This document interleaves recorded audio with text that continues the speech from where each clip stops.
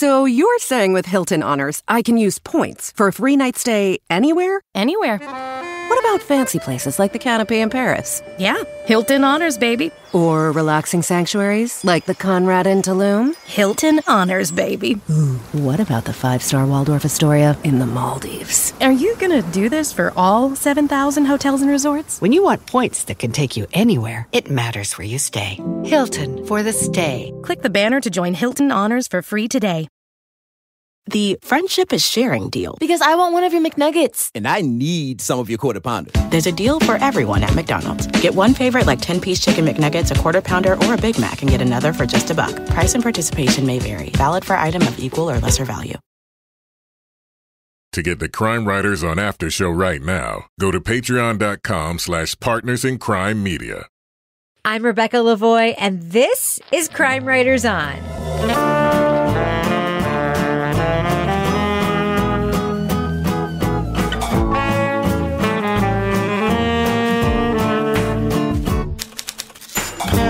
Crime Writers On is the original true crime review podcast that digs into true crime, pop culture, other podcasts.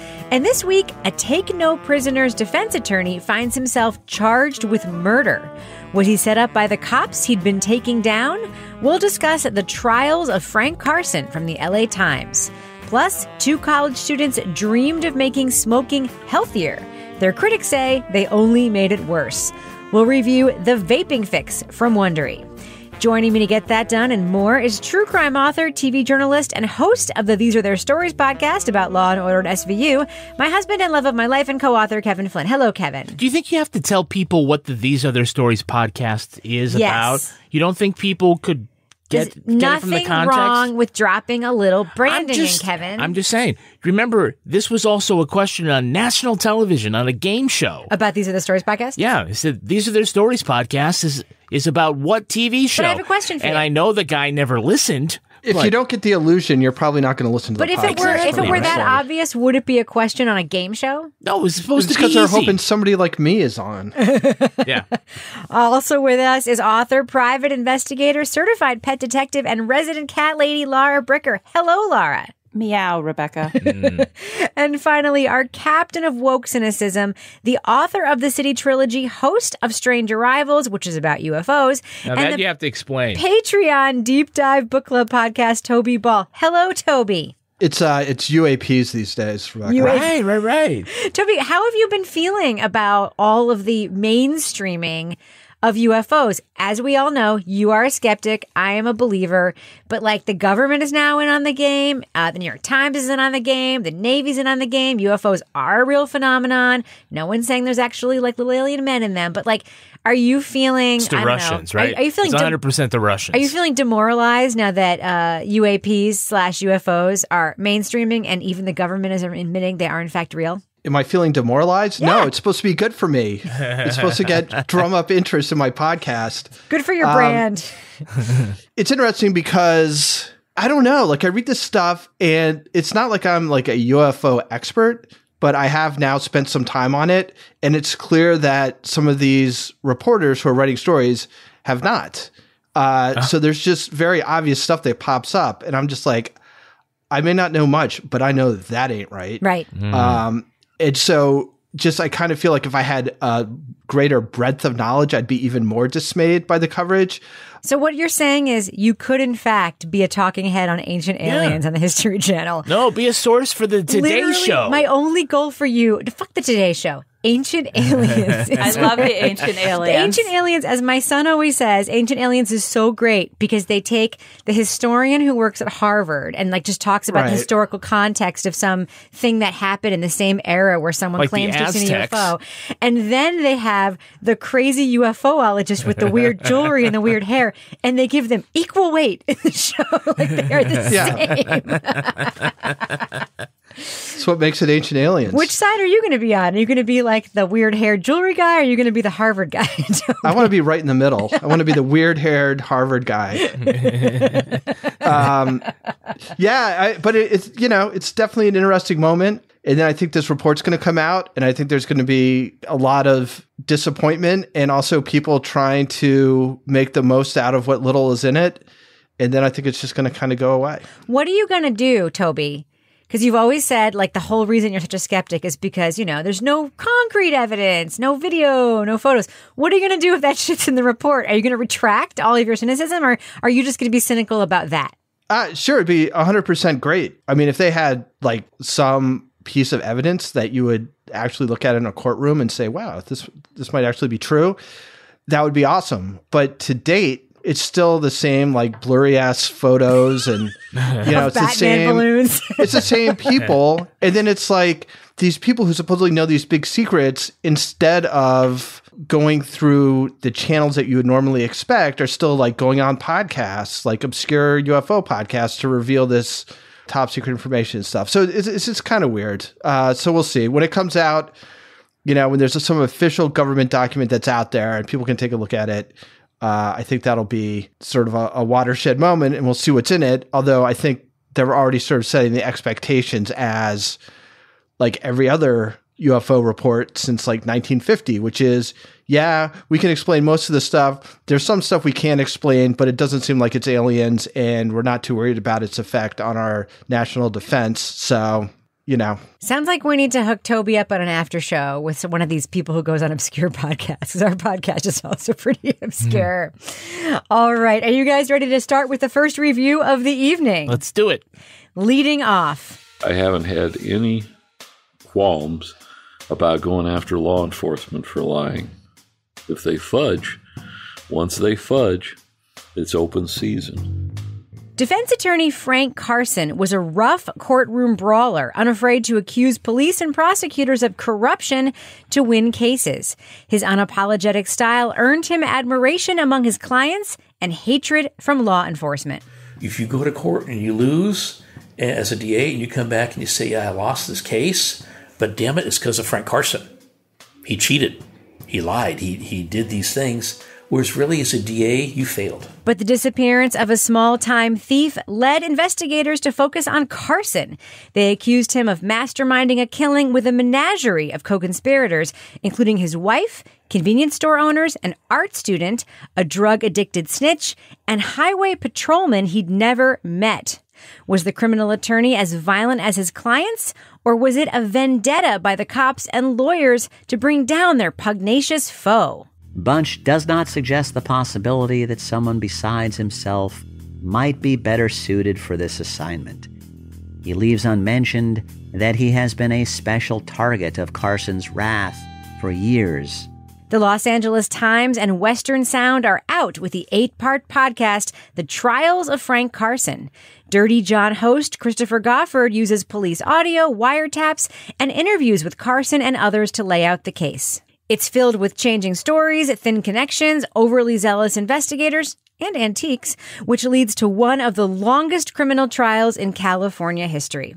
Spoiler alert, we are going to be talking about plot points from the trials of Frank Carson.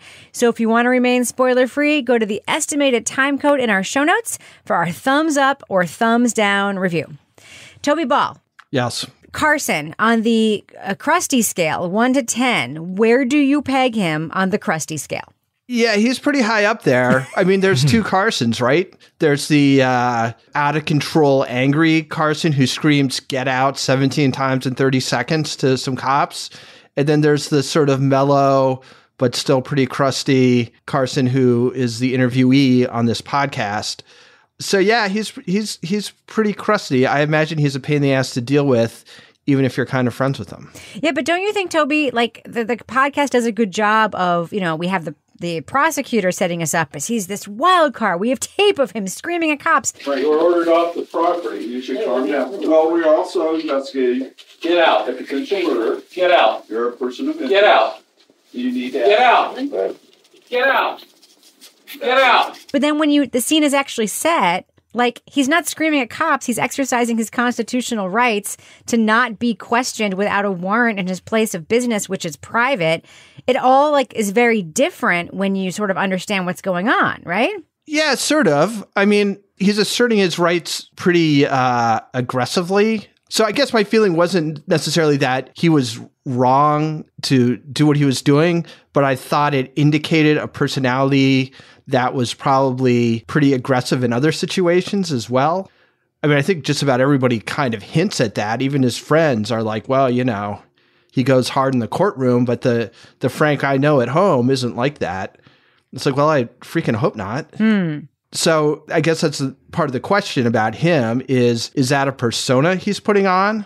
There's a lot of people talking about like he's got this corn pone, aw shucks persona. And then he's got this like vicious, loud, make judges cry persona. And like, what's the real him? Or are they both two sides of the same coin or what's the story? I think both can be true. Laura Bricker, what do you think of Frank just as a central character in this story? I like Frank. He does remind me of some defense attorneys I've known. And I like that we are... Name names. Well, I won't name, but the aw shucks part where he's kind of like downplaying, like attorneys I know that would be like out, like pretending they were reading like this like dime store detective novel and they'd like seem totally out of it. And then they'd get up and they'd obviously been paying attention the whole time and rattle off a bunch of case law and like case dismissed or, win their motion or whatever. So there is something about that sort of theatrical side to defense work and people who do have a very different personality outside the courtroom than they do inside the courtroom when they're in there advocating for their clients. So I liked that part of him. And I like that we heard from all different sides of people that dealt with him. I mean, I think that the audio was very effective because like they can say he was yelling at people, but then hearing that audio when they were trying to search his property, I mean, that was pretty telling because I heard it like I was pissed off. I was like, what a bunch of assholes these cops are being right now. And he is clearly holding the line. And yeah, he's mad. And I would be too. But anytime you have tape like that, it's just another window into another layer of the story. So I'm going to tell you what I think. I think that Frank is everything you want in a lawyer who's defending you. He's kind to his clients. He tells them the truth. He is reasonable when he says, like, listen, you got to get the time for this because you actually did it. But, if you didn't do it or if there's a legal reason to really defend you, I'm going to go hard for you. He's like honest and kind to his clients. And then he's a freaking pit bull in the courtroom. Kevin, isn't that who you want? Like, if you're going to hire a lawyer to defend you, don't you want someone that you can personally trust, but then when you take them off the leash in the courtroom, they're going to go after everybody like a pit bull? Yeah, I mean... I'm sorry, pit bull owners. I know they're very sweet. That was an analogy, poorly worded analogy. Go ahead, Kevin. Yeah, I think you're right. That is the kind of guy that you want standing up for you. It's not the kind of guy you want to be waiting the table on and you bring him the wrong salad dressing or something like that. I get it. But, the thing that makes him a good lawyer, a knowledgeable lawyer about the law, seems to be everything that confirms the suspicion of these investigators. Every time somebody has an alibi, it's because, that they needed to have an alibi. And then if they don't have an alibi, it's because they're guilty. It seems like... And I think Chris Goffard does a great job of providing that context that when people are asserting their constitutional rights, and you're not talking about like some guy on the street, you're talking about a criminal defense attorney or the wife or stepdaughter of a criminal defense attorney who ought to know more than the average bear about your constitutional rights. That when they say, I want a lawyer, I want to talk, well, why not? Why, it was very infuriating. Don't you feel like we saw a lot of the real Frank when we hear that the cops tapped his phones and then we actually hear the taps and he's just like completely freaking normal in these taps? So I guess the front door is broken. The back door may be broken. Did they find any bodies? No. Hell no. There isn't any. Are they done with us then? Or? No, I don't think they're done with us by a long shot.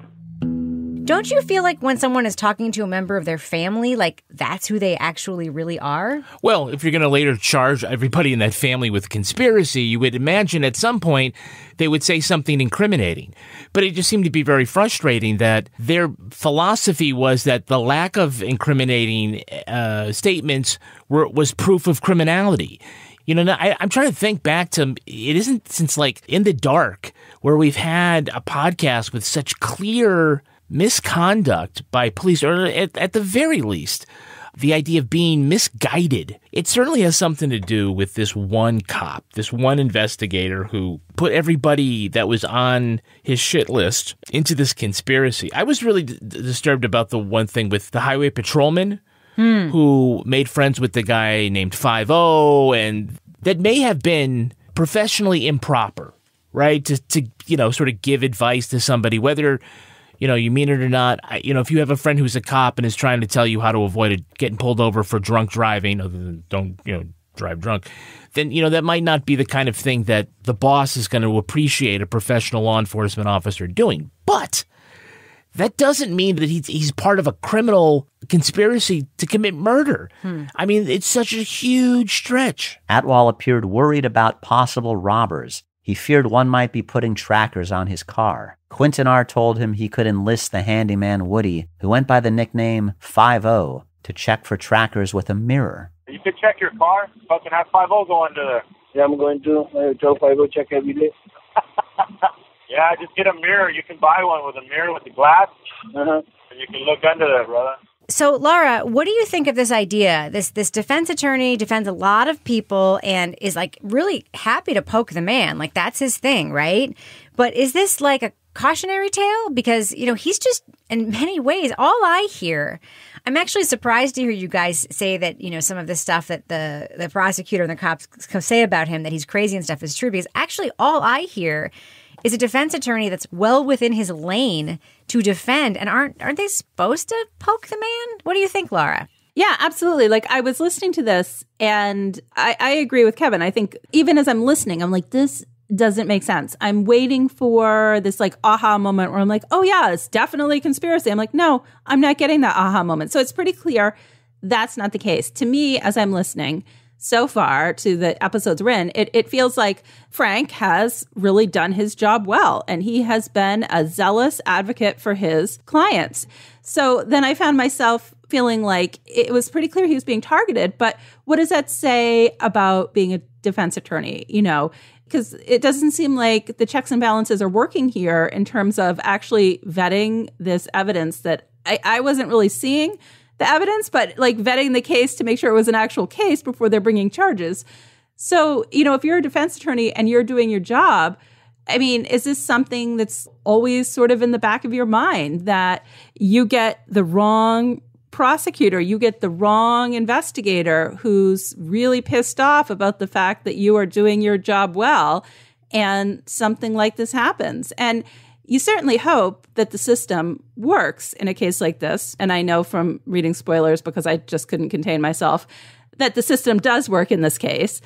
But it's really maddening to listen to and think about, like, so you're doing your job and you're making enemies, but you also kind of hope that that's not going to, and it's, you're doing your job, you're making enemies, and it's in this case making you a target. Right. Toby, what do you think about the power differential here? I mean, we have Frank, obviously an effective defense attorney, and then we have prosecutors and cops, and they just, they're underlining things. We actually hear contradictory evidence to the things they are underlying in the podcast. Doesn't that point to a power differential? Yeah, absolutely. And I think that's one of the things that kind of stuck out. Regardless of how good a lawyer Frank is and how many people he gets off and stuff, he doesn't have the power of the state, right? I mean, he can't go after a prosecutor who he personally doesn't like in any way other than trying to get his clients off. He can't try and get that person arrested for some dicey murder, for instance. And you guys spend, the only time I've spent in a courtroom has been as a juror. But, my sense is that there's a justice community. Is that right? Where, prosecutors and defense attorneys kind of know each other, and, there's some kind of comedy or whatever. Yeah, it's pretty typical that they pass each other in the hallway. They have lunch together. I mean, it's a community of lawyers, essentially. I think it depends on the jurisdiction that you're in, certainly. But certainly where we live, it's like that. So it seems like he's outside of that, right? I mean, he's like, screw that. Like, that's not helping my clients at all. I don't see any reason why I need to play that game. And I think that's got to be part of the issue, right? Is that he is just this like complete rank outsider. I don't think he's crazy. I mean, he's abrasive, right? I mean, he's abrasive in certain circumstances. And I don't think he would necessarily disagree with that, but he's abrasive with a purpose, and that is in defense of his clients and himself. Is he abrasive, or is he? I mean, this is the thing that I actually don't agree with, because the cops are abrasive too. Like, they show up. He's telling them to leave. They won't. They're harassing him. Like, why aren't we calling the cops abrasive? Why are we calling the person who's actually standing up for himself and his clients abrasive? You weren't asking me about the cops. No, Rebecca. but as you said, like, they have all the power. Like, yeah, the cops are being complete jerks. I mean, it's not just what we hear on the tape, right? It's like even his friends who are defending him as a person are like, yeah, he's a dick in court, but he's like a super nice guy. Like when he's away from court, or if you're like his buddy, or, you know, he'll do anything for you.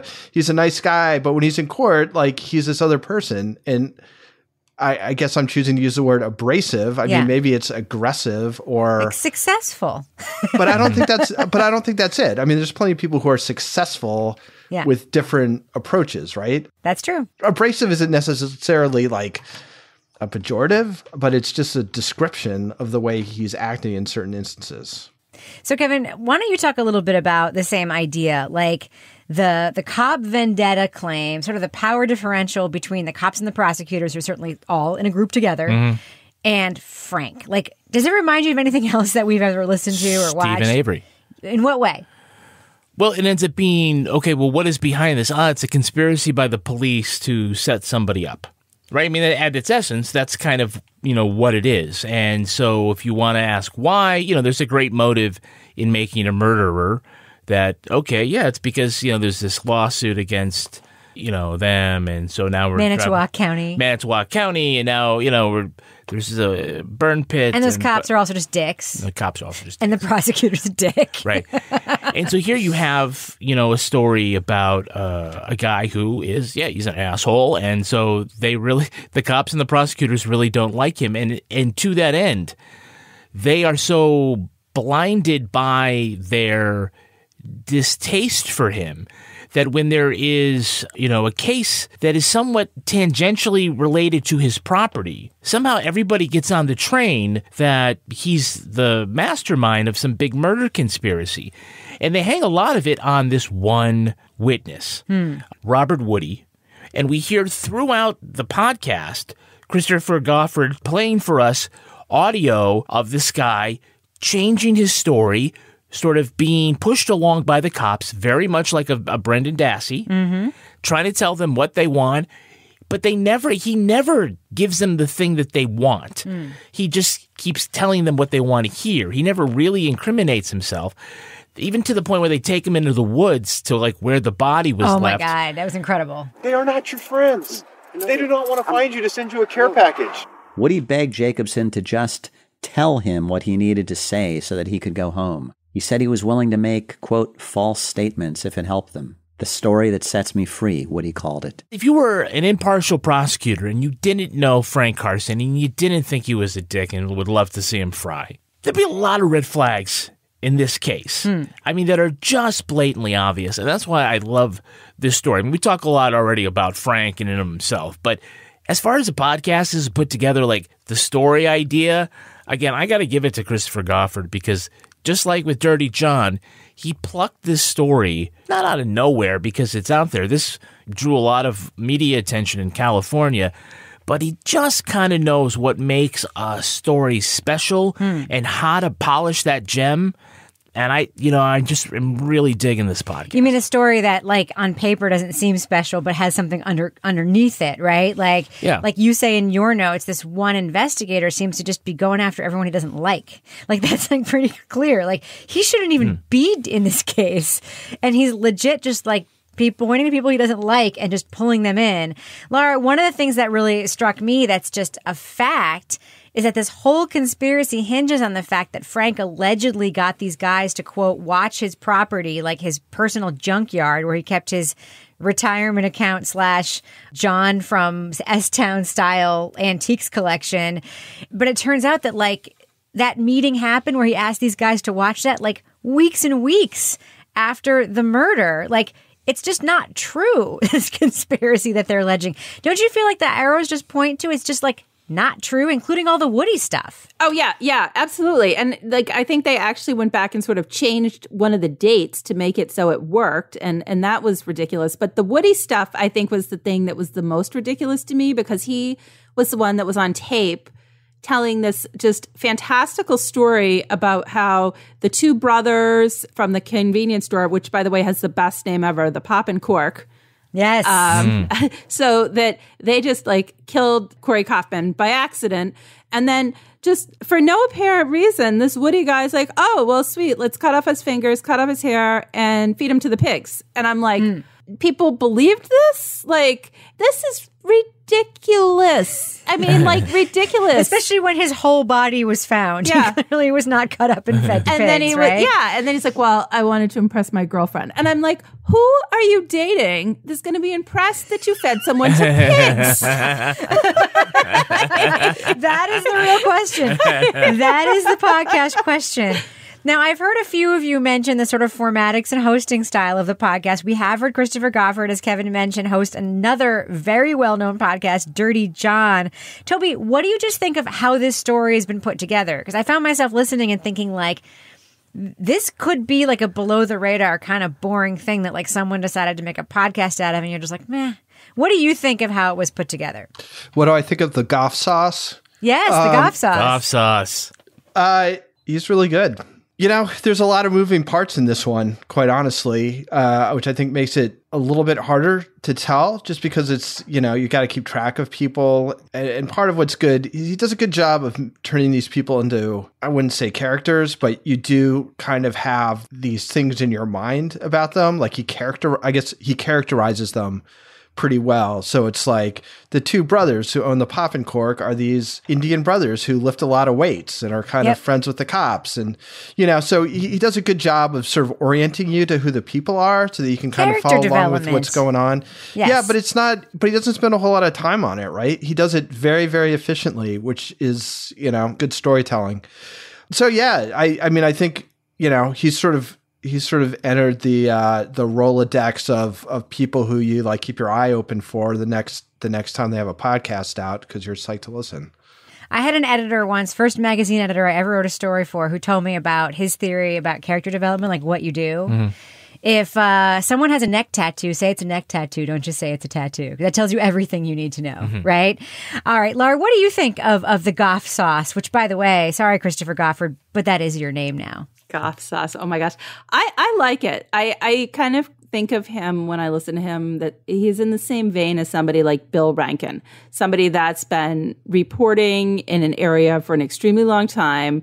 That is a extremely trusted source. That's, you know, extremely trusted journalist, somebody that is actually out reporting and doing the story, but somebody who also, you know, knows how to tell a story, knows what's an interesting part of the story. And I find like the narration and the storytelling style, it's just interesting. And he's just got a really personable way of delivering the story, but also throwing in little nuggets along the way that keep you listening because they're super interesting. I mean, like the pigs eating the guy. I mean, you know, or other details. You know, I think he is a really good storyteller. Kevin, thoughts on the Goff sauce before we give our review? Yeah, I mean, he's great. I think the secret to the Goff sauce, is no secret. It's just that he's a great journalist. You know, he's a newspaper journalist, and he brings those sensibilities to the story that he is telling. And like he parachuted in and hung out with Frank and went to court and everything. And so it isn't like after the fact he came in and said, tell me more about how you fought the law and the law won or whatever. He's not a household name or, you know, a podcast. Goff sauce isn't, yeah. Goff sauce isn't. But his work is. And so he's probably, I'll say, one of the more underappreciated podcast journalists out there. You know, he did a great job with Dirty John and with Detective Trapp. I like that one better than you guys did. But, you know, he's not a guy who decided to go get a USB microphone at Staples and make a podcast. Laura, quick question. You said you Googled this case. I did not. Did Frank Carson have a ponytail, yes or no? No. Okay, because we know that defense attorneys like this usually have ponytails. That's why I asked. Do they not? Yes, they do. Yeah, Seth Beda's attorney had a ponytail. It's a phenomenon. All the like crusty defense attorneys seem to love that ponytail. All right, let's do what we do. Let's let our listeners know, should they check out The Trials of Frank Carson? It's a new podcast from the LA Times and Dirty John reporter Christopher Goffard. Laura Bricker, what do you think? Thumbs up or thumbs down for The Trials of Frank Carson? This is a thumbs up. Christopher Goffard is a really good storyteller. This is a really, for me, it was a rage-inducing listen because my sense of injustice listening to a defense attorney that had always been doing his job and defending his clients now being on the other side in a case that, not too much of a spiller to say, maybe he should not have been there. It just was a really compelling look into this case, but also told in such a way that it was engaging and it's interesting. And I'm eager, I did spoil it by looking it up, but I'm also eager to see how the podcast wraps up this story. So I'll definitely keep listening. Toby Ball, what about you? Thumbs up or thumbs down for The Trials of Frank Carson? Yeah, I'm a solid thumbs up. This is just a really solid podcast. I mean, I think it's really well told. It's got a very interesting central character. It feels like it could be a novel, I mean, it's got that same sort of rebel lawyer, fighting the man and the man, trying to screw him. And it's got these sort of colorful side characters that he's friends with. And it's interesting, well told, thumbs up. Who would play Frank Carson in the movie of that novel, Toby? Any ideas? Oh, my God. Brian Dennehy. Tommy Lee Jones. He died. Oh. Yeah, all these guys are too old now. Matthew McConaughey. Well, he was in No, too young. Too young. No, we need how about Ed Harris? Yeah. Ed Harris is so old. Oh, Woody Harrelson. I love Ed Harris. Yeah, I think Ed Harris is a good pick. Yeah. Kevin Flynn, what about you? Thumbs up or thumbs down for The Trials of Frank Carson? I'm a big thumbs up. I think that this has some great elements from Making a Murderer, from In the Dark. I really want to say that Christopher Goffard, he ought to ask for a raise from the LA Times because Trust me, he's made money on IP deals. Well, I hope so. I hope he gets a little piece of all those Bravo TV series, and I hope they make one out of this. Look, when Madeline Barron sort of pulled apart the Curtis Flowers case and In the Dark, she did so very surgically, but she also was uncovering stuff. Now, in this case, all the stuff that Christopher Goffard is pulling from is in the public realm, but he does such a great job of putting the stuff that's there and then providing the context to find out that this was a big nothing burger. But the case moves on, and so I say that definitely want to binge this podcast, and you will burn some calories rage walking. All right, so before I give my review, I have to throw one fly in the ointment. Sorry, guys. Are you going to talk about music? I really don't like the way this podcast was put together. The writing is great. The editing is great. The storytelling is great. It is so tight. It is so strong. And I know that the LA Times, it seems, partnered with a production company to kind of provide scoring and the final packaging. I think they're picking the wrong team. Honestly, I just do. This could have sounded so much better with just a different treatment. And to me, I did find that somewhat distracting. You do not need, when a story is this strong, to have music under the people talking the whole time. Just don't do that when something is this strong. Sometimes you do need it. Listen, I produce Undisclosed, and sometimes I have music under long passages of talking just because it's very dry. So is this a thumbs down? Or what? No. It's very dry legal material. But I'm saying in a story like this, you don't need it. So either the production company that's working on it, I would say pare that back, let the story shine if it's this strong, or the LA Times maybe just look for some producers and scorers who can make your stuff sing a little bit better. Anyway, that is literally my only complaint. I think this podcast is very strong. I had very low expectations only because when I read sort of the Cliff's Notes of the case in the description, I was like, it's just really, really good. Christopher Goffard, nice job again. Big thumbs up for me for The Trials of Frank Carson. Toby says Bill Camp. Bill Camp. Toby. Yeah. Genius. Yeah. Bill Camp. Bill Camp. Thumbs up for Bill Camp. So you're saying with Hilton Honors, I can use points for a free night stay anywhere? Anywhere. What about about fancy places like the Canopy in Paris? Yeah, Hilton Honors, baby. Or relaxing sanctuaries like the Conrad in Tulum? Hilton Honors, baby. Ooh, what about the 5-star Waldorf Astoria in the Maldives? Are you gonna do this for all 7,000 hotels and resorts? When you want points that can take you anywhere, it matters where you stay. Hilton for the stay. Click the banner to join Hilton Honors for free today. The friendship is sharing deal. Because I want one of your McNuggets. And I need some of your Quarter Pounder. There's a deal for everyone at McDonald's. Get one favorite like 10-piece chicken McNuggets, a Quarter Pounder, or a Big Mac and get another for just $1. Price and participation may vary. Valid for item of equal or lesser value. Ready to pop the question? The jewelers at BlueNile.com have got sparkle down to a science with beautiful lab-grown diamonds worthy of your most brilliant moments. Their lab-grown diamonds are independently graded and guaranteed identical to natural diamonds, and they're ready to ship to your door. Go to BlueNile.com and use promo code WELCOME to get $50 off your purchase of $500 or more. That's code WELCOME at BlueNile.com for $50 off. BlueNile.com. Kevin, here we are in the business section of the podcast. Business section. And there's music with that, of course. How does that go? Ba-da-ba-dum. Yeah, so Kevin, what have we got going on our Patreon right now? Well, right now in your Patreon feeds is the Crime Writers on After Show. What are we talking about? We're going to be talking about a baseball experience I had. Yes. My first ejection. Yes. You were ejected or you ejected somebody? I ejected somebody, and it has to do with two coaches of 9-year-old baseball players. Nice. Who got into a physical altercation. Well, we have to say, not a lot of people get ejected to the proportion of games, I'll get into it, yeah. So this is a bigger deal than you may think it is, I had to write a report to the league. You're a cop. You're basically a cop. Yeah. Wow.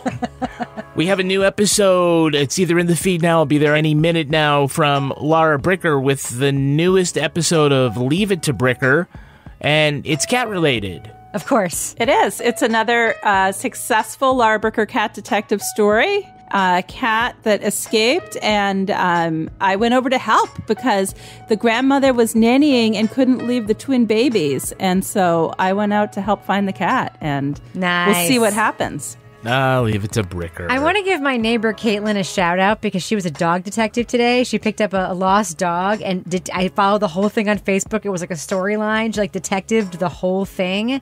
Dog is now returned to his family. Everything's great. Oh, shout out to you, Caitlin. You're gonna love Crime of the Week then. What else have we got going on our Patreon, Kevin? Well, we want to let you know that next week will be our Patreon free listen preview week.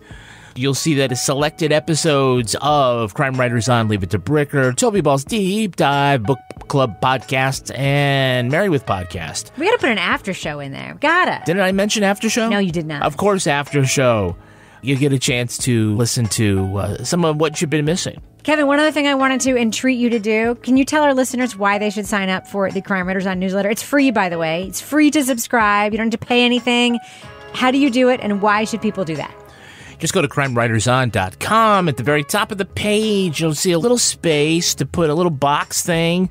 Type in your email address. We do the rest. We'll send you once a week, send you an email that has a whole list of stuff, not only just a summary of our reviews, but Crime Writers On behind the scenes. You'll get to see photos of our cat, dog, pet of the week. Also, every week there's a new bit of CWO merch. You can now get a t-shirt, coffee mug, pillow, shower curtain, whatever. Shower curtain. I actually bought a t-shirt from the merch store. It's the one with the little... Well, look in your Zoom window, and Laura Bricker, step up and show us your chest. Yeah, I bought the one with our little, pop... The little Lego people? No, what are they called? The pop... They're pop heads, yeah. Pop head people of us. It's a freaking awesome t-shirt. Every time I wear it, people are like, ooh, what's that? I'm like, that's me, motherfucker. That's and you Toby. point to your nipple, yes. That's Kevin. I have to say, the three of you are all perfectly represented. Toby's wearing a tie-dye t-shirt. Laura's got a cat. Kevin looks like Kevin. I look like me. It's great. It's a great t-shirt. It's my favorite one. So, Kevin, before we return to the show, do we have any Patreon patron saints of the week this week? Our Patreon patron saints are Marcella Halverson. And, I can't wait for you to say this one, Samantha Prisby-Lowowitz Axtell. Nice. Nicely done. All right, Kevin, what do you say after you say the people's names for the Patreon Patrons and Saints of the Week? Bless you. Bless you guys. Thank you so much for being our Patreon supporters and patron saints of the week. Does that end the business section? It does. All right, let's wrap it up. Moving on. The problem with smoking wasn't nicotine. It's the smoke, the byproducts of burning tobacco. That's what produces the tar that damages your heart and lungs. But what if you could get nicotine, the only thing smokers really want, without setting the tobacco on fire? As part of a Stanford graduate assignment, students Adam Bowen and James Monsees proposed a way to give smokers their hit of nicotine without the harmful carcinogens of cigarettes. They formed a startup to build the product they believed would wean smokers off traditional tobacco and save lives, a product that would eventually be called Juul. What we've tried to do is create a new paradigm, something that doesn't look like a cigarette, doesn't feel or taste like a cigarette. It's different. A smarter way to smoke? You be the judge. But a series of design flaws, marketing missteps, and a failure to anticipate unintended consequences saw Juul's customer base go from adult smokers looking to quit to teens attracted to its sweet flavors, and swap one set of dangerous health consequences for another. And then that's when I felt like I just couldn't breathe anymore. And it felt like my airway was just like closing almost. In Wondery's The Vaping Fix, Dr. Death host Laura Beale tells the history of the #1 vaping product in the world. It's a story of hubris, of two students who thought they'd end America's tobacco problem, but only made it worse. We are going to be talking about plot points for The Vaping Fix, so to remain spoiler-free, go to the estimated time code in our show notes to hear our thumbs up or thumbs down review. Now, Laura, I don't know if you've had this experience, but I had the experience about 3 years ago when my older son was like a sophomore in high school, and he told me that in his tiny high school in New Hampshire, everyone vaped all the time in the bathrooms during class, doing the same thing we hear about in this podcast. People are sticking their faces in their backpacks and in their sleeves. Do you think it's important at this point, even years later, for parents to listen to something like this so they understand sort of like the scope of this issue? Yeah, that actually was like the first thing I said when I started listening to this podcast. I don't know a lot about vaping. I mean, I kind of have like a general overview. I don't know. I mean, I know, what I hear about it happening in the schools and things like that. But especially like when I started listening to this, I was a little sneaky. Surprise, surprise. I was like, hey, Will, I'm listening to this podcast. I could use your input on it. So, definitely if you're a parent to a teen, you should listen. But also when your kids are in the car, which is the only time you really have them trapped, you might just throw it on. I mean, seriously, like that's like, I'm learning the only time that kids that are teenagers actually talk to you is in the car when they have like no choice, when maybe their earbuds die. So, but I hear these stories too. I mean, and I heard the story like, recently, like some kid was hanging out with them after school and they were like, oh my God, he's like vaping. I'm like, that's still a thing? So yeah. I do think the historical context of how it all came about, for me, was just really interesting to hear. But also, I guess I'm in a different position because I am a parent who has a son who has kids in his school who are still doing this. So it just, for me, was very eye-opening. Toby, do you remember when like e-cigarettes and vaping first came out? And my first thought was like, that is so fucking stupid. Like no one is going to want to do that. Do you remember having that feeling like when you first saw the ads and you first saw people doing it for the first time? It was like, it's like the Zima situation all over again. Yeah. Well, here we are. I mean, it's interesting when they talk about like, we want to make it like an iPod, but that you smoke. And that seemed to be kind of like, the thing that was ridiculous about it was that it was like, oh, it's like a cigarette, but for the digital era. It's legitimately like a public health issue for people who deal with the health of, middle school and high school kids. Cause for my day job, I'm in on those meetings, and vaping is something that is like a priority to deal with, to get the message out about how it is not this kind of harmless little thing, that it has health consequences. And the fact that it's sort of like this weird in between like a cigarette and candy. I think it's hard sometimes for kids to wrap their head around the fact that something that tastes like bubblegum or peaches or whatever mango is actually going to have long-term health consequences. Kevin, I just want to stick with the issue for one more second because, we heard a statistic in this podcast that I've heard before, but I think it's like really important to underscore why this is so consequential, because we're not talking about kids who smoked who started vaping. We're talking about kids who just started vaping, kids who are not smokers. And there is this statistic we hear in the podcast that if you don't start smoking by like your mid-20s, you probably never will. Right. Yep. That like 90-something% of smokers start at the age of 15 or under. And that like there's just this window of time for this addiction to like get you and hold you forever. Like I know, for example, I tried my first cigarette like in my 20s. I cannot smoke. I still can't do it. I still have that thing that you see on TV where people cough the first time they do it. I've tried it like 20 times. I still do that every single time, like because I didn't do it when I was 15 or whatever. But Kevin, this is a thing. Like there's a case to be made here that they made a product that wasn't just a gateway to smoking. It was like better, more addictive, like the candy cigarettes. Like it was candy, right? Yeah, I mean, and this, really is the central issue, this tragic story about wanting to do this great thing, and it ends up being, you make the problem worse. So Adam and I were interested in working on design for social change, and we acknowledged right away that smoking was probably an easy target. One image showed Sam blowing smoke. But at the same time, every cigarette is really self-destructive. So clearly there's room for improvement in the overall experience. I think one of the misinterpreted things was if they're saying, okay, yeah, if we can keep people from smoking, until they're 26 or whatever, if they haven't done by then they probably won't be a smoker, and that's the problem. They did not anticipate. I guess that means kids start smoking when they're 13, let's just say, right? And we have to do something about that. Instead of it preventing them from smoking, it just got them vaping with Juul at age 13, right? So it didn't change the problem, just swapped one device for the other, right? So it didn't do any good. You know what I keep thinking about? And, those of us with older teenagers, actually all of us, we have teenagers now, can probably relate. Toby, I just keep thinking that a big appeal of vaping with teenagers is the fact that, like, you can do it in public spaces where it's forbidden and not get caught, like in a lot of situations. Like, isn't there something, I remember being a teenager, isn't it appealing, like just like pulling one over on people, getting away with it? Aside from the addictive stuff, just knowing that you can take a vape in class while your teacher's back is turned and it's not the same as smoking. Do you think that's part of the appeal too? Yeah, I guess. I mean, I quite honestly don't see the appeal at all. But, even at the mango? Come on. Well, it's delicious. The mango. Like just being at UNH and now at UMass Lowell, I mean, so many kids vape. And it's kind of like the smoking, but cigarettes are just like so. I mean, if you're a cigarette smoker, like you've got like everything smells like cigarettes. You're like right? a pariah.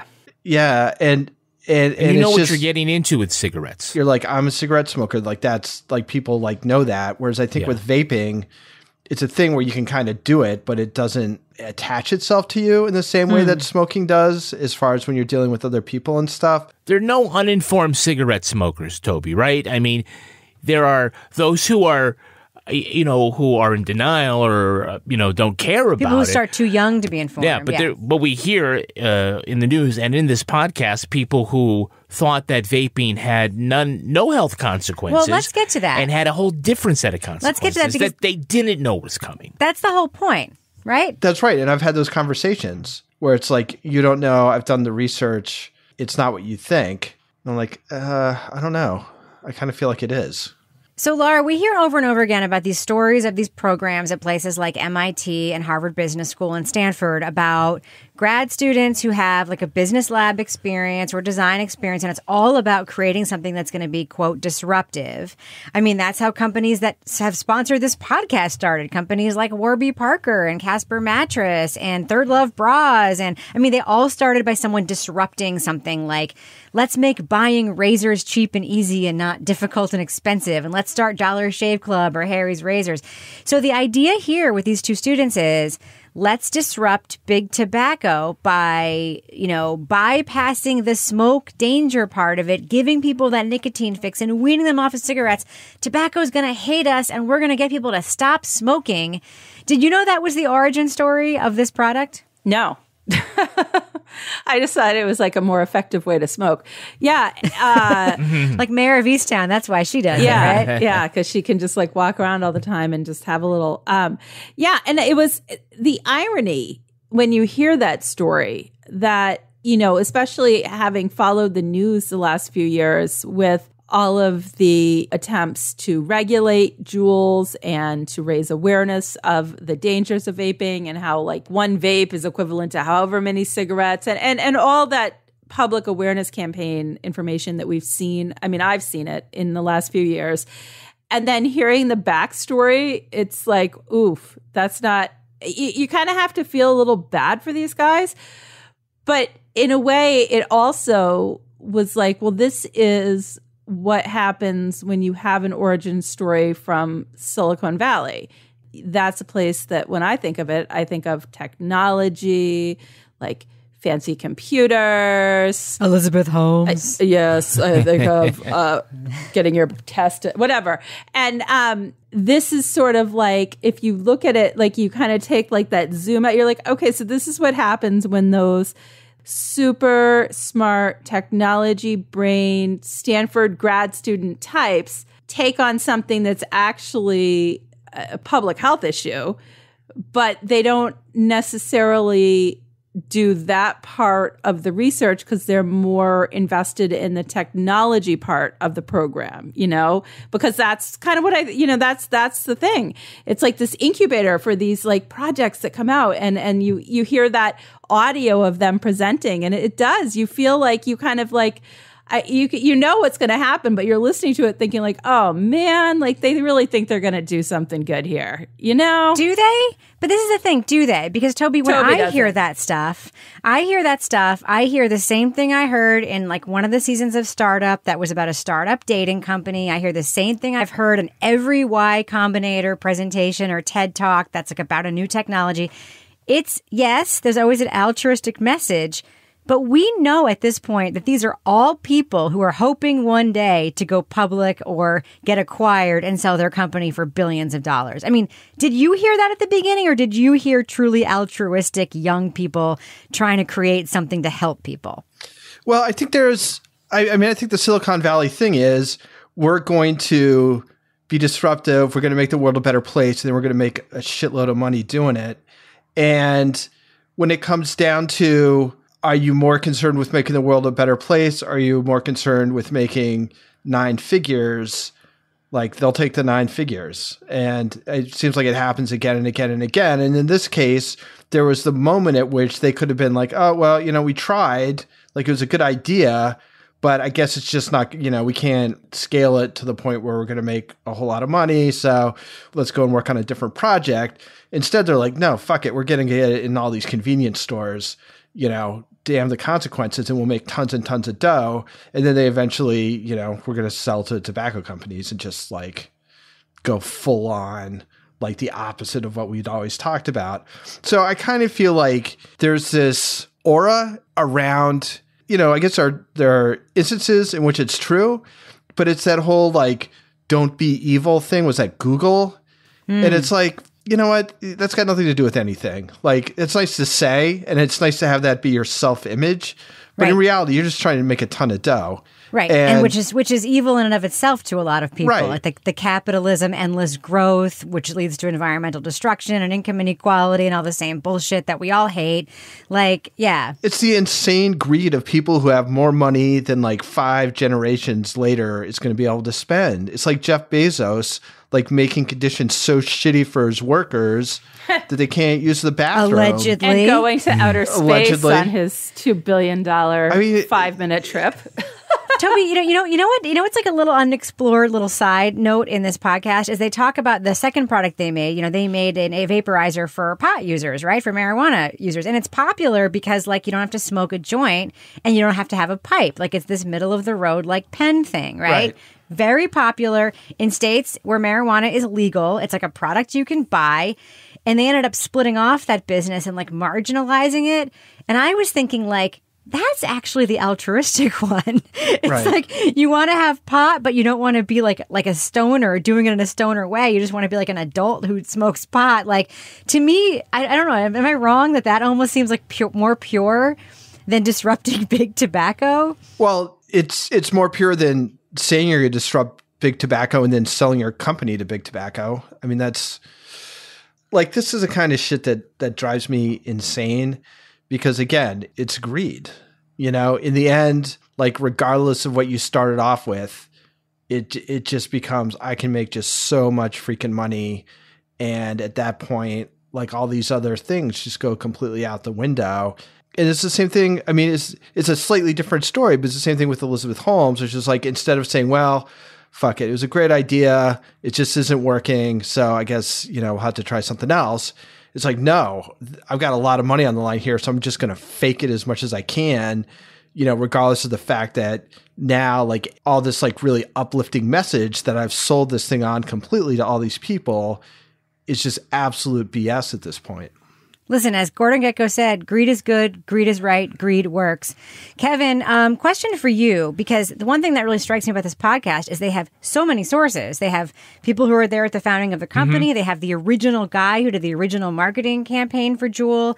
They have the guy who was in charge of sort of like product development. They have the guy who was in charge of the actual factories that first made it. They have a lot of great sources here, which makes me think at least some of the people we hear do seem like, yes, of course, there's greed and they thought they were going to make a lot of money, but they seem to sincerely be trying to pitch the original altruism of this idea. Do you buy it?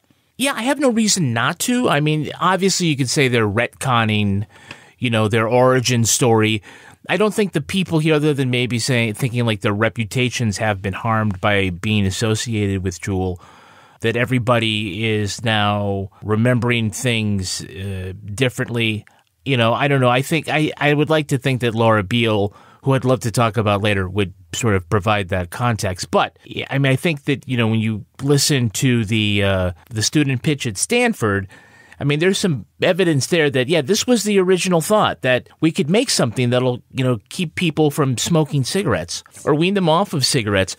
But in the end, this is just essentially a big Greek tragedy because it's about heroes who are on a quest, and it's their own hubris, their own pride that brings them down. They think they can master this thing, which happens to be, it's not about cigarettes, it's about human addiction, right? And they do not understand that that's bigger than them, and it leads to their downfall.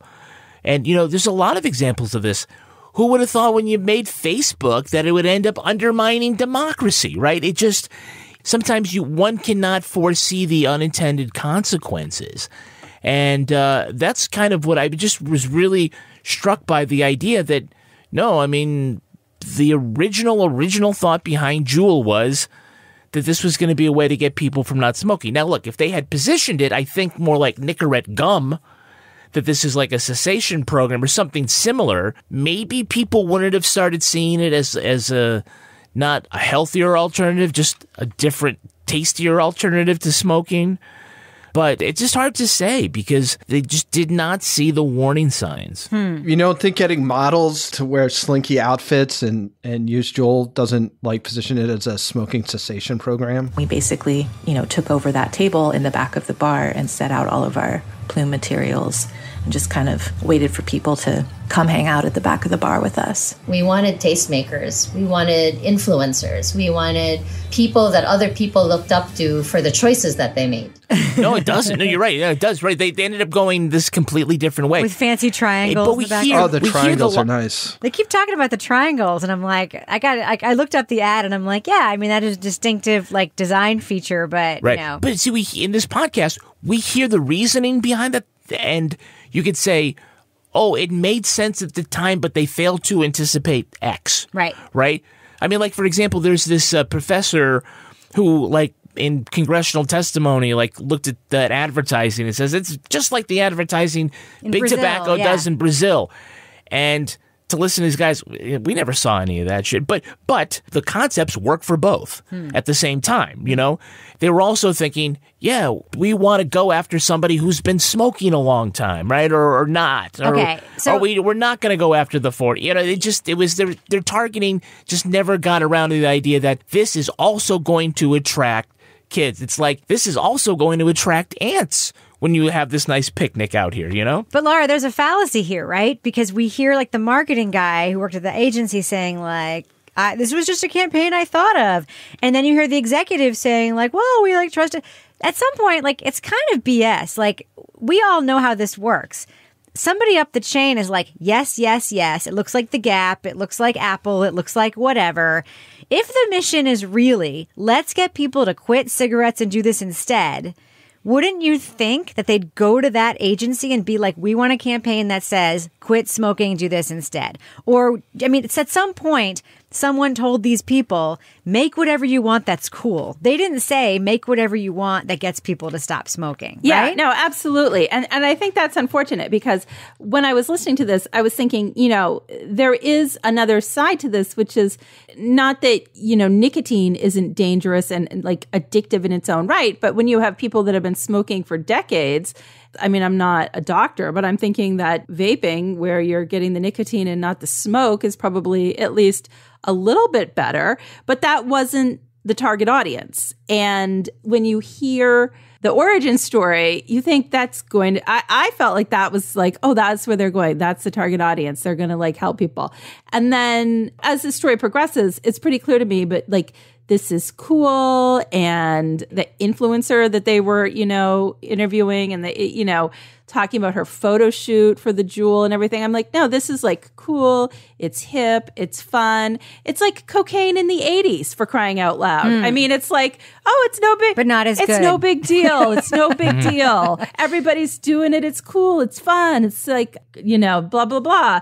So there's definitely some mixed messaging going on here. Yeah, I think the idea was we're going to take people who are currently smoking and then bring them over to Juul, but they never thought about the second generation of customers, which would be they don't start with cigarettes, they start right with Juul. Did they never think about it? They say they never thought about it. It's not the same as they never thought about it. Okay, well, whose voice? Who was their plan? I know, Rebecca, you're being skeptical and whatnot, and that's fine, but who in this podcast have you heard that backs up that? Okay, but have you ever heard of a company that says, we're going to make a product for one generation of users that no subsequent generation will ever want? No. I'm using my own words, my own thing, right? I am really amazed, and I think that it was admirable that this was the germ of the idea, was to do this. And I think that the podcast shows misstep after misstep, as opposed to evil intention followed by another evil intention followed by another evil intention. And I think that's what makes it an interesting story. Instead of being villains, they're all sort of like misguided people who thought this wonderful thing was going to happen, and they just didn't. They just kept missing these steps. Fellow cynic Toby Ball, what do you think? I just think, like, I don't think they were innocent mistakes. I think it was, how do we make this thing huge? And I think it's just like tobacco. It's like when the tobacco companies are like, we got to get the next generation of smokers. Let's have a cartoon camel that will appeal to 12-year-olds. And, you know, they talk pretty specifically about how the people who were, you know, advocating for this were dressed casually the way teenagers were and stuff. It wasn't being put out there for like there is a model for smoking cessation, right? You see it on PSAs all the time on TV, and it's people who have had their lungs removed or, you know, talk through a little thing in their throat and stuff. And it's like, yeah, smoking sucks. You got to stop or else you're going to end up like me. It's not, let's get a bunch of like models in the back of a club with a whole bunch of cartridges out and have people trying out all the different flavors. Like that's something that's a different thing that you're trying to do. And also part of the smoking cessation campaign is the marginalization of smoking, not letting it inside, not letting it in schools, not letting it in movie theaters. And Juul, you can do anywhere because no one knows, right? Yeah. So, I mean, I think I can see at the beginning, again, because I think there's this culture of you can do good and make a ton of dough. But there was a point at which they could have said, well, this really isn't going to work for us financially if we're just going after people who are smoking now and trying to get them to quit. That's not why you put those things in convenience stores. You know, I mean, it's that decision, which is like, I just wanted this thing to be freaking huge. And there it is. I mean, if corporations are people, as the Supreme Court says, I think about all the people in my life who do the most good directly and affect the most people. And they're not thinking, how can I make money off of this? It's just not a thing you 100%. do when you're only trying to do good. Well, But I have a question for everybody. It seems like, at least Rebecca and Toby, that you seem to reject the central premise of the narrative story here, which is that they wanted to do something good and it went wrong. Am I picking up the idea that you just thought, no, they were cynical from the start, and when the first thing came up, they went straight evil? I don't think that's the central premise of the story. I think you are buying the setup of the podcast as the central premise. I think the central premise is they are saying that's what they did. All this went you don't wrong. believe? I think Laura Beale is questioning whether or not that's I don't true. think she is. I Go think ahead. she is. All right. No. I think she is. I think we just see it differently. She's That's a good fine. journalist. No, I think she's I asking agree that with, question. I saw it the same way as Kevin did. That was how I listened to the podcast. But maybe I'm naive, but I listened to it thinking like, oh, this is like unfortunate because it sounds like they started with this intention and then it just kind of went off the rails. Yeah. The one thing I don't hear with everybody they talk to is someone saying, yeah, they were in it for the money from the beginning. People say that about the one co-founder who we don't hear from. They all say that he probably was. There's like there's the two co-founders. There's the one who's like, more down to earth. There's the other one. Whatever. I mean, I think it's very clear that we see this differently. Yeah. Well, I just think that when you go to that school, for that program, like there's a reason why you're going. And I don't know. I guess I'm just more cynical, like Toby on this one. All right. I think we should do what we do. Let's let our listeners know, should they check out the Vaping Fix from Wondery? Laura Bricker, what do you think? Thumbs up or thumbs down for this latest podcast from Wondery? Yeah, I'd say thumbs up. It's not necessarily true crime in the traditional sense when you're listening to this, but as parent of a teenager, I think that this was something that I took a lot out of, kind of opened my eyes to a lot more of the bigger picture of vaping. But I think it also told this origin story that I had not necessarily heard or thought of when I was hearing all the issues coming up in recent years with vaping in the high school and the middle school, and issues that a lot of us hear if we do have kids in the community. So, but it was told in a way that was, engaging, easy to follow. There was a lot of interesting people involved, and I liked the storytelling. So I would say thumbs up. Toby Ball, what about you? Thumbs up or thumbs down for the Vaping Fix? So I've got kind of mixed feelings about this. I think the things that are sort of analogous to this that are really good, and I think the stuff about Theranos. I think the books that Michael Lewis writes, like you take this and you find a personality or two in the story that you can really focus on and make compelling, and that you kind of get to know what the story is through that person or people. And I don't feel like that happens at all in this. I mean, I feel like you have some voices that you hear quite a bit, but you don't really get much of a sense of them as people. You kind of get a sense of their idea of what their experience was. So to me, that kind of keeps it from becoming really good, because other than that, it seems like it's and this happened, and then this happened, they made this decision, and then this happened. And I think it's like Kevin said, like it's got this sort of trajectory of sort of like this hubris and stuff, but you don't know the people well enough for it to really hit as like a tragedy. That being said, I mean, it's an important story, which I don't think a lot of people know about. I think it does make some comments about our society and like unintended consequences and stuff. So I can't really give it a thumbs down, sort of a moderate thumbs up, but it could have been, I think with a slightly different approach, it could have been much better. Kevin Flynn. Yeah, I'm a thumbs up. First off, I really love the work of Laura Beale. She did Dr. Death. Wasn't so crazy about Dr. Death 2. She was the voice of that. I don't believe that. Someone else did the reporting. I don't know exactly how much she did beyond reading this podcast. I'd like to think that she had a little more to do with it than just that. But in this episode, we had Wondery's two biggest hits, Dr. Death and Dirty John, hosts back to back. That being said, let me get to this podcast. I really enjoyed it. I dug the central premise that this thing, which has been a societal problem and has made the idea of smoking an addiction worse, that its origins was in this idea of doing the opposite, and that was very intriguing to me. And I liked hearing from the voices. I think that she does a good job of sort of laying out. What I got out of it was that it wasn't necessarily just one big evil plan with 15 steps to get to where they are, that there were human people who did not anticipate Pandora's box. And so I have found the story really compelling. I'm a thumbs up.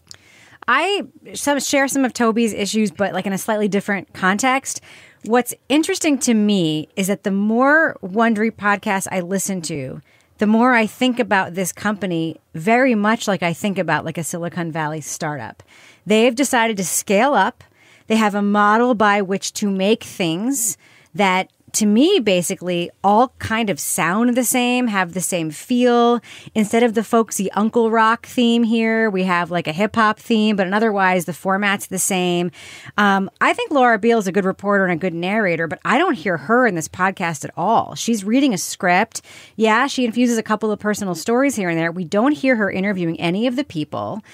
We don't hear her why she is the one telling the story. It's very much like she is their reporter who has done other stories about health-related things. So let's use Laura for this. Like, we have this story, let's use Laura for this. This feels like very much like many of the Wondery podcasts we've listened to. Yeah, it's interesting. Yeah, there's good information. Yeah, I learned things. But I also feel like I'm listening to a scaled product, not a story with a soul, not something with central characters. I don't remember any of the people's names that we heard in this podcast. All I remember is like clinical facts, statistics, consequences, things about money, things about percentages.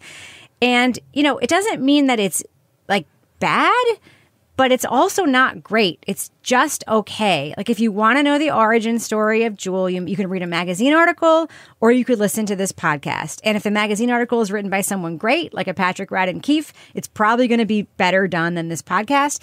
But the podcast is fine. Not Laura's fault, not any of the producers who gathered all that great interview tape's fault.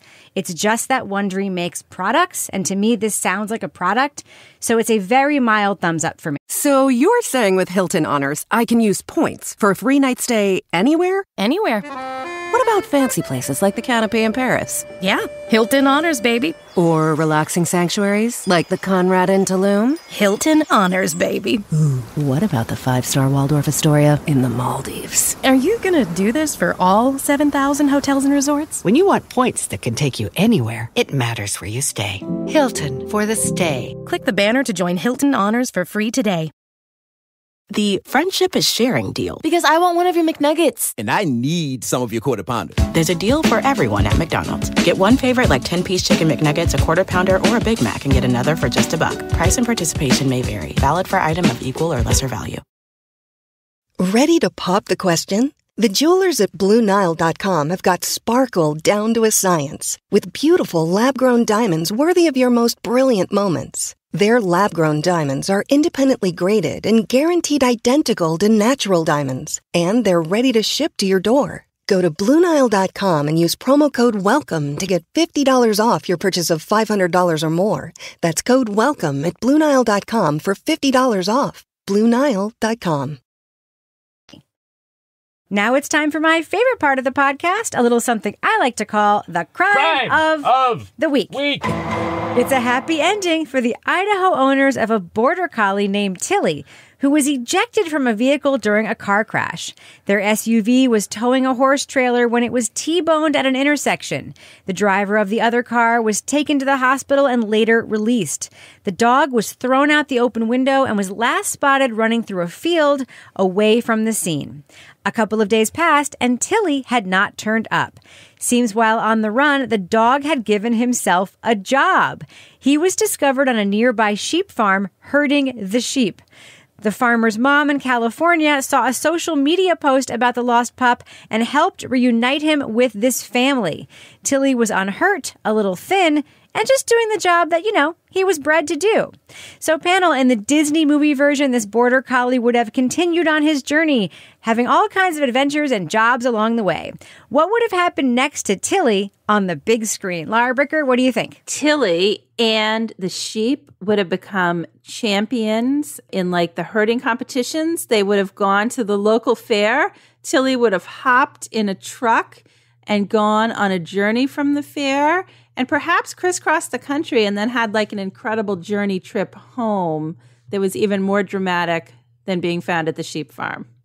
That's pretty fleshed out, Laura. Toby Ball, what do you think? I'm not that fleshed out at all. I thought Tilly would be delivering those little barrels of rum to people on the ski slopes. Law skiers, yes. Kevin Flynn, what do you think?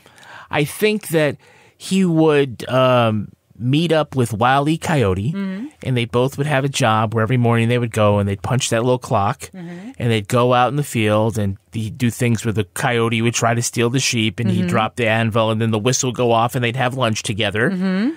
And then the whistle go off, and they go and they punch back in, and they get right back to it. Morning, Sam. Yeah, exactly. And they punch the thing, and see you tomorrow, Sam. You guys don't think he would have made a spider friend who had like a little net Charlotte's and a little Web. web in the corner of his little dog pen, and that'll do, little Tilly, that'll do? Nope.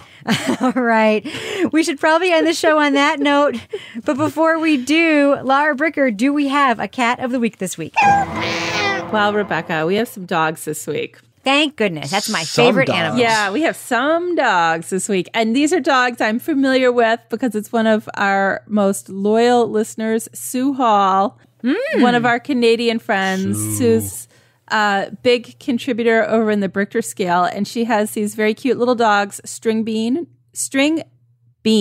and Beamer. And Sue, like prior to the pandemic, would take them to the nursing homes to go visit the elderly residents. They're like therapy dogs. And obviously COVID, shut that way down. And I've been following the progress where like Sue and the dogs basically like all they could do every day was like go for a walk because Canada was really in a pretty serious lockdown. So the two dogs had their first visit to long-term care since March of 2020. They had an outdoor visit. There's some adorable pictures of the dogs with an elderly gentleman in a wheelchair who looks absolutely thrilled. So good job, therapy dogs, String Bean and Beamer. Yay. Nice. Laura Bricker, if folks want to pitch their dogs to be, or cats, to be cat of the week, or llamas or emus or any other kind of animal, of course, they can email crimewriterson@gmail.com or put their pet on our Facebook group. But say they want to tweet their animal to you. How can they find you on Twitter, They Laura? can find me at Laura Bricker on Twitter. And Toby Ball, folks want to follow you so they can see your reaction to the explosive government report that says aliens are real. How can they find you on Twitter?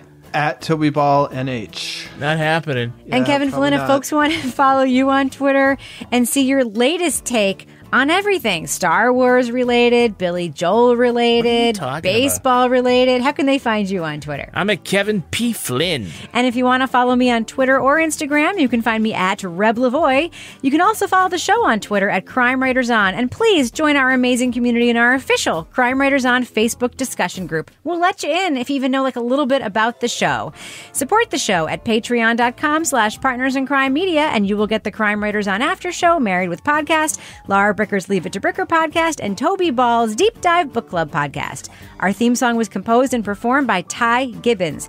Our line editor is the very handsome Olivia Burdett. The executive producer of this program is Kevin Flynn.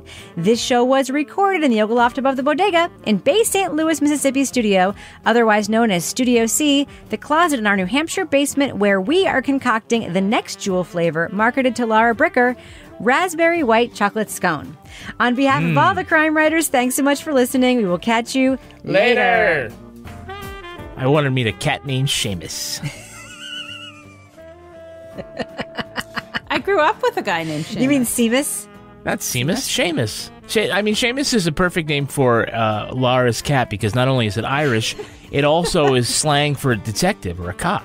Oh, it is. There you go. Yeah. Hey, you Seamus. Is that back when all cops were Irish? Yeah, it's a slur, but it's not a complimentary term, Mick. I don't think. That's okay. Irish, we can take it. They're the worst. There are worse slurs in the world. Because the you're people white. have to. Of course you can take it. Of course we can take it. The Irish are fine. We're fine. It's okay. That's okay. All right. The Italians were fine. We're fine. Go ahead.